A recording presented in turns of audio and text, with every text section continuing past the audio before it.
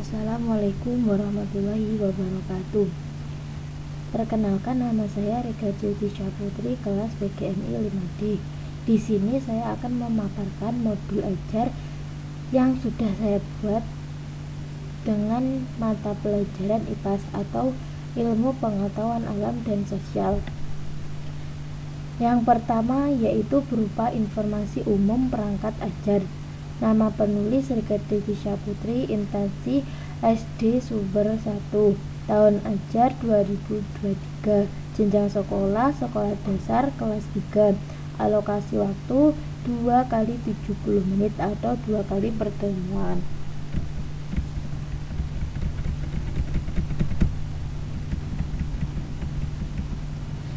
Selanjutnya adalah tujuan pembelajaran. Tujuan pembelajaran berisikan tentang fase, yaitu dalam bab ini saya mengangkat fase B dengan elemen pemahaman IPAS atau ilmu pengetahuan alam dan sosial, bab energi dan perubahan. Lalu capaian kompetensi, peserta didik mengidentifikasi proses perubahan wujud zat dan perubahan bentuk energi dalam kehidupan sehari-hari. Peserta didik mengidentifikasi sumber dan bentuk energi serta menjelaskan proses perubahan bentuk energi dalam kehidupan sehari-hari. Contohnya energi kalor, energi listrik, bumi, dan cahaya.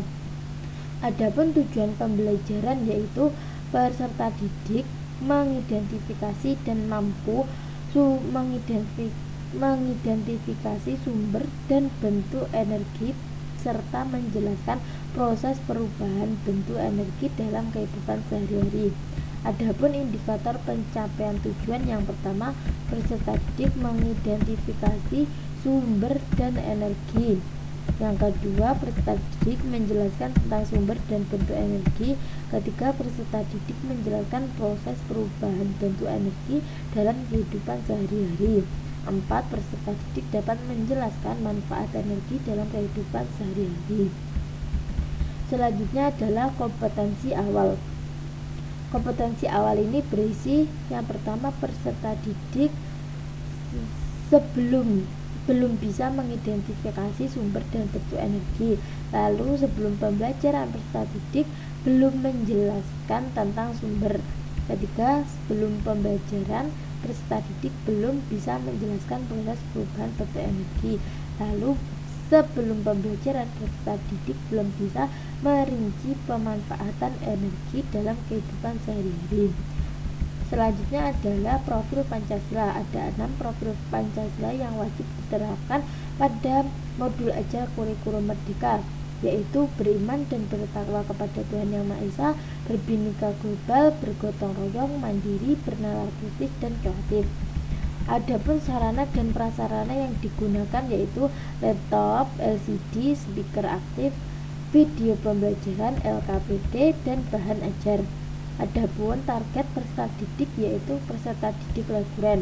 Model pembelajaran yang saya lakukan adalah model pembelajaran Problem Based Learning atau PBL. Metode pembelajaran yaitu presentasi, tanya jawab, diskusi, dan penugasan. Lanjut pada komponen inti. Komponen inti memuat yang pertama, pemahaman bermakna.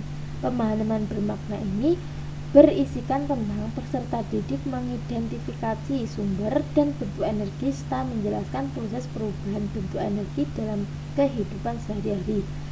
Selanjutnya adalah pertanyaan pemantik. Pertanyaan pemantik ini digunakan untuk menumbuhkan rasa keingintahuan siswa dalam pembelajaran. Contohnya, siapa yang sudah sarapan sebelum sekolah? Mengapa kita perlu makan setiap hari? Selanjutnya adalah urutan kegiatan pembelajaran pada pertemuan pertama. Karena pada modul ini saya menggunakan alokasi waktu 2 kali jam pelajaran atau 2 kali pertemuan, maka kegiatan awal pada pertemuan pertama yaitu guru menyapa peserta didik dengan salam dan menanyakan kabar, lalu meminta salah seorang peserta didik untuk memimpin berdoa sebelum memulai pelajaran. Dan selanjutnya, lalu kegiatan inti mengorientasikan siswa pada masalah. Peserta didik menyimak video yang telah dipaparkan oleh guru.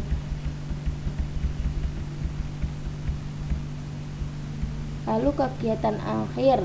Dalam pertemuan pertama ini, kegiatan akhir diakhiri dengan peserta didik dan guru membuat kesimpulan bersama.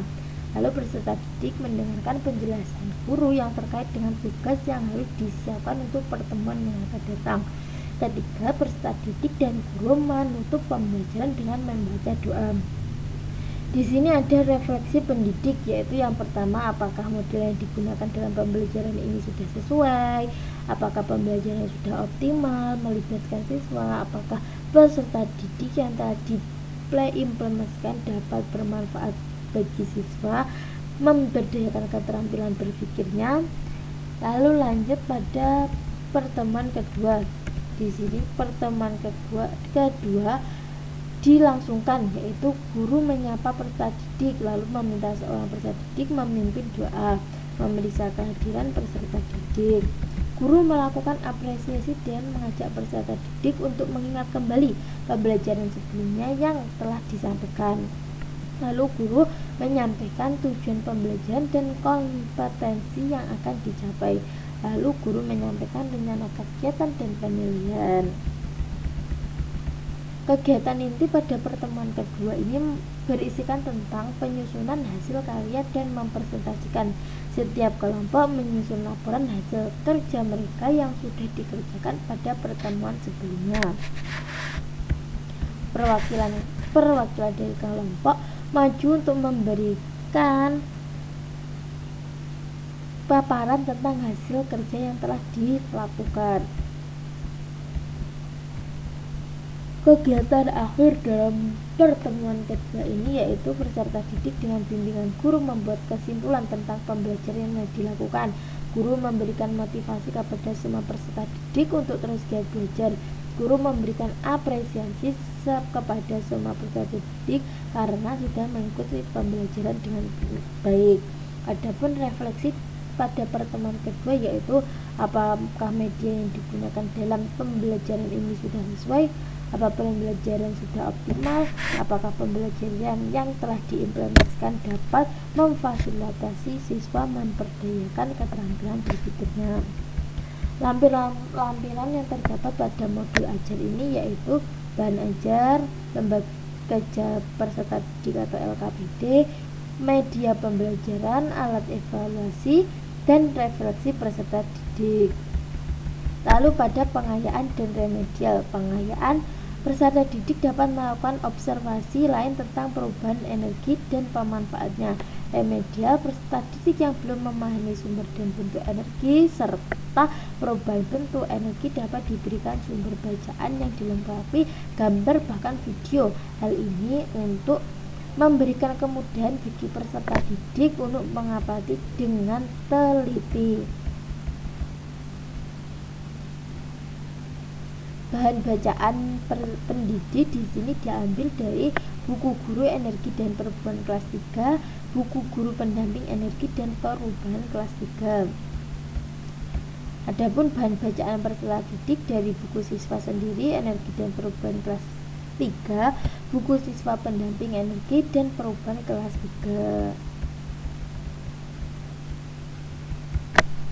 Selanjutnya yaitu pada lampiran bahan ajar, materi energi dan perubahan. Di sini saya akan melakukan micro teaching tentang bahan ajar, media energi dan perubahannya. Untuk pemaparan modul ajar saya kira sekian. Untuk selanjutnya adalah video micro teaching tentang materi energi dan perubahannya.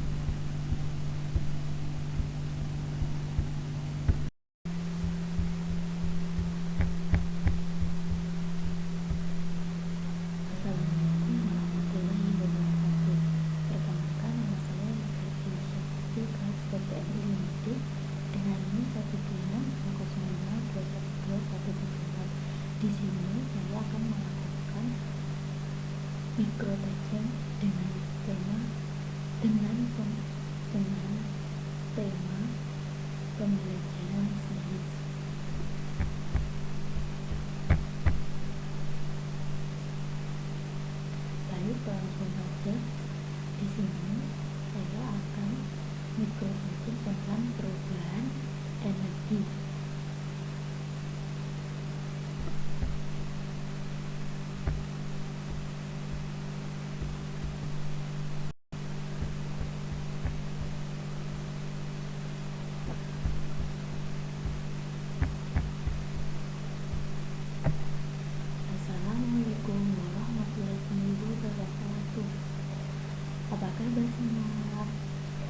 Jadi kalau dari bilang apa-apa jawabnya alhamdulillah, luar biasa, Allahu Akbar.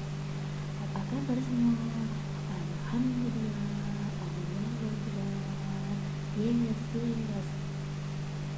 Baik, di sini kita akan mempelajari tentang energi dan perubahan. Di sini ada yang tahu belum apa itu energi dan perubahan? Energi itu bisa dari alat, bisa dari diri kita sendiri dan lainnya. Jadi sebelum memulai pembelajaran, mari kita awali dengan berdoa terlebih dahulu. Ayo Rizka untuk memimpin doa. Berdoa. Baik, sebelum ke materi, saya akan mengajar terlebih dahulu. Sikap, Rama, Dilan, ayo hadir semua ya kan? Masih semangat? Iya. Mari kita mulai pembelajarannya, yaitu tentang energi dan perubahan. Di sini ada yang tahu nggak sih itu energi? Pasti kalian pernah dengar energi itu apa? Energi itu apa ya? Yang kita butuhkan untuk melakukan sesuatu, ya betul. Jadi energi itu sesuatu yang digunakan, betul. Semua benar semua. Jadi energi itu merupakan kemampuan untuk melakukan kegiatan atau usaha. Segala sesuatu yang menghasilkan energi disebut sumber energi. Matahari merupakan sumber energi terbesar di bumi. Jadi energi itu kemampuan untuk melakukan usaha atau kegiatan.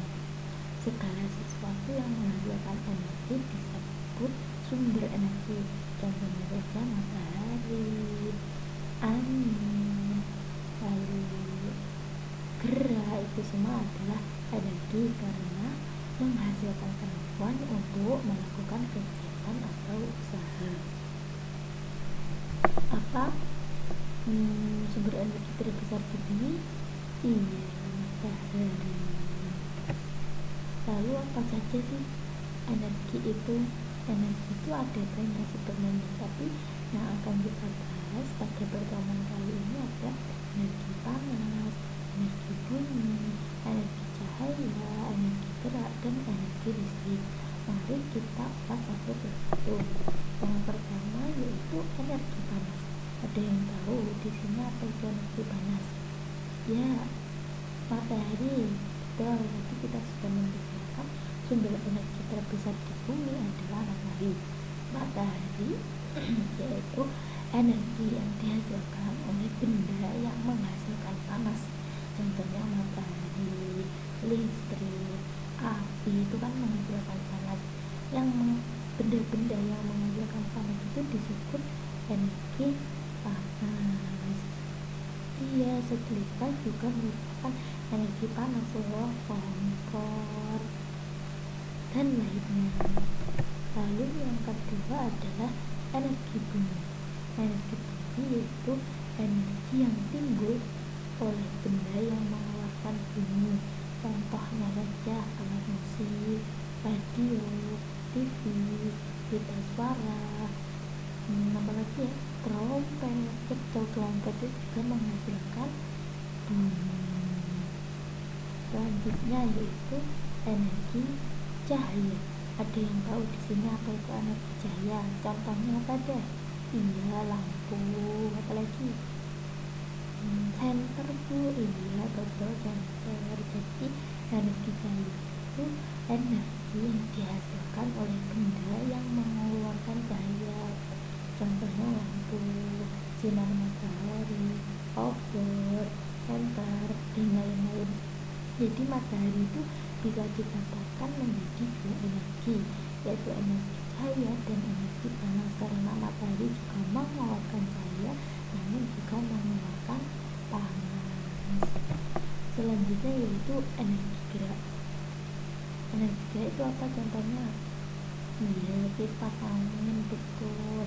Energi gerak itu energi yang dimiliki benda yang bergerak. Apapun yang bisa bergerak itu disebut dengan energi gerak.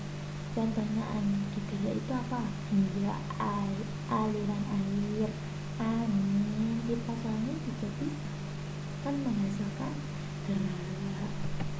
Lalu energi yang dimiliki oleh benda, energi listrik. Ada yang tahu apa itu energi listrik? Iya, energi listrik yang dimiliki benda yang memiliki arus listrik. Contohnya matahari bisa loh jadi energi listrik jika diubah. Lalu aliran air, angin, dan lain-lain. Terus yang terakhir adalah energi kimia. Energi kimia ada yang pernah dengar atau belum nih? Energi kimia itu energi yang timbul karena adanya reaksi kimia. Contohnya makanan, baterai, dan bahan bakar. Bensin itu termasuk energi kimia. Lalu apa sih manfaat bagi kehidupan energi itu? Ada yang tahu nggak? Ada banyak manfaat energi bagi kehidupan itu. Yang pertama, energi ini menerangi seluruh dunia, membantu tanaman tumbuhan untuk berkembang. Lalu mengeringkan pakaian. Di sini ada yang mengeringkan pakaian? Iya.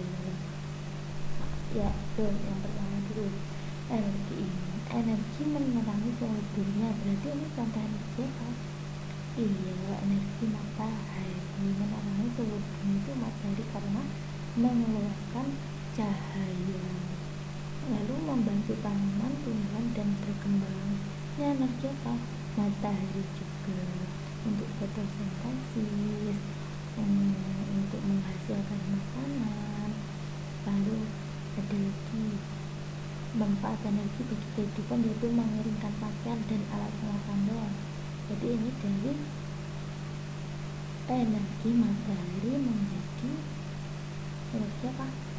Energi matahari dijadikan untuk energi mengeringkan pakaian. Terus energi bumi dimanfaatkan untuk mengukur kedalaman laut, pembuatan alat pengeras suara, mendeteksi keretakan pada logam.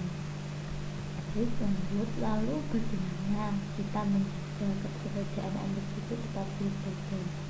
Energi itu bisa tetap terjaga kalau kita menggunakannya dengan bijak. Contoh kegiatan yang dapat menghemat energi dalam kehidupan sehari-hari itu yaitu mematikan keran air saat tidak digunakan, karena energi yang dihasilkan dari air itu bisa digunakan untuk pembangkit tenaga listrik PLTA. Lalu memastikan tidak ada air yang bocor, memastikan barang elektronik saat digunakan. Nah, kegiatan yang ketiga ini termasuk energi apa? Iya, energi listrik.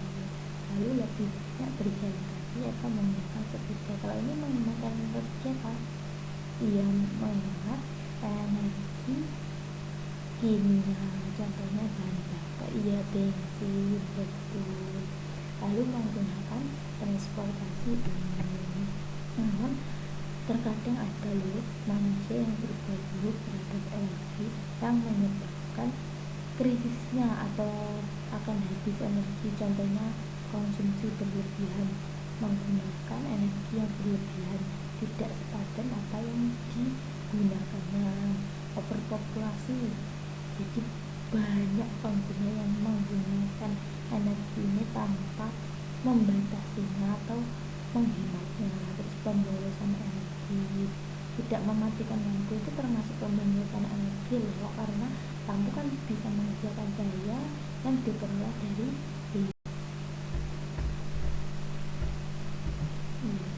pemborosan energi termasuk tidak mematikan lampu saat tidak digunakan ya,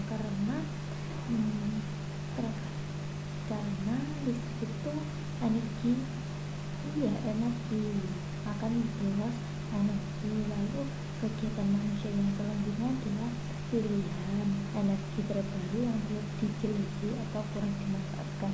Kadang itu ada loh manusia yang dapat menghasilkan energinya sendiri, dapat digunakan dalam kehidupan sehari-hari, tapi mereka tidak menyadarinya, tidak dimanfaatkannya.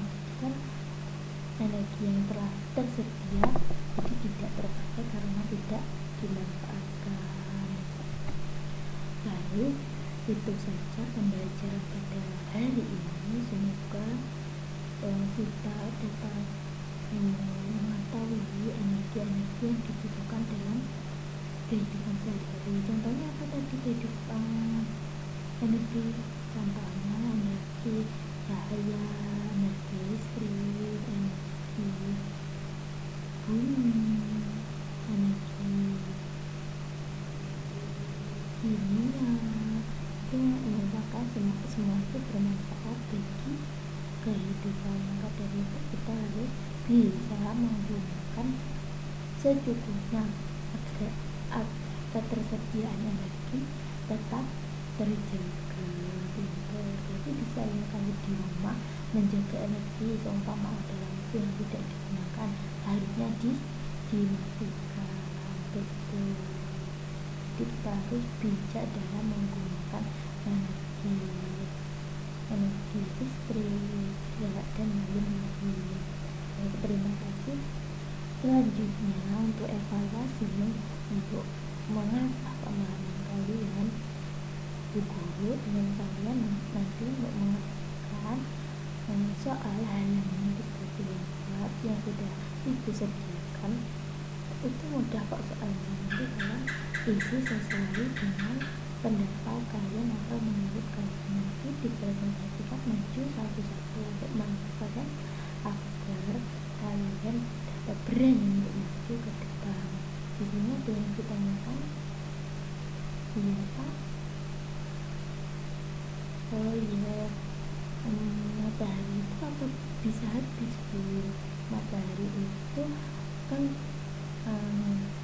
energi terbesar di bumi. Itu kemungkinan bisa habis nanti dengan kurun waktu yang sangat lama sekali, karena matahari itu sangat besar jika dibandingkan jika kita lihat itu besar sekali itu ya. Jadi kalau ditanya energi matahari itu bisa habis atau tidak, bisa, namun dengan kurun waktu yang sangat lama. Paham ya? Jadi saya terima kasih lagi karena kalian sudah pintar-pintar dalam menjelaskan pemahaman Bu Guru. Untuk mengakhiri, mari kita berdoa bersama. Bismillahirrahmanirrahim. Alhamdulillah, wassalamualaikum warahmatullahi wabarakatuh.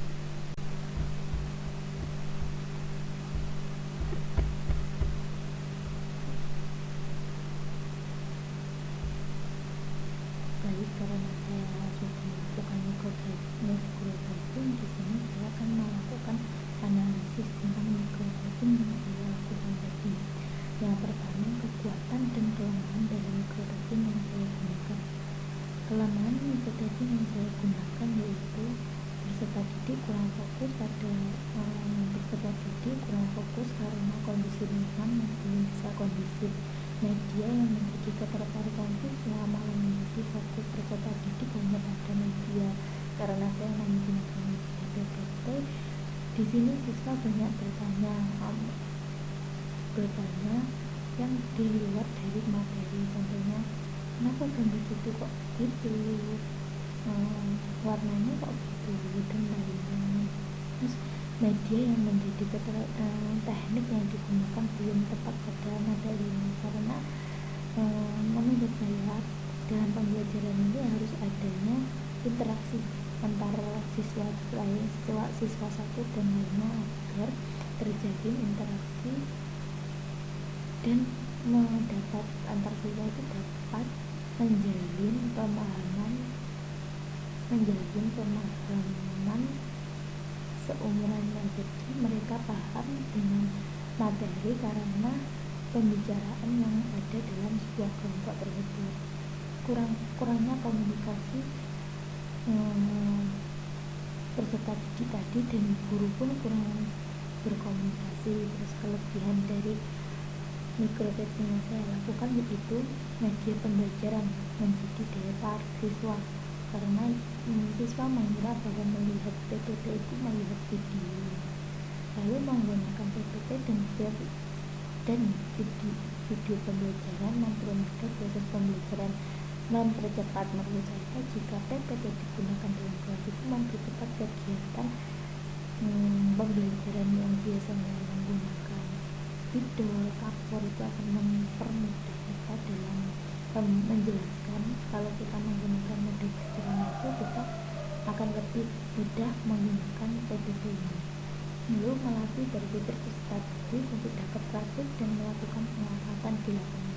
Di sini saya banyak menggunakan metode ceramah karena saya ingin agar siswa dapat melakukan pengamatan dan melakukan praktik di lapangan apa yang telah kita pelajari.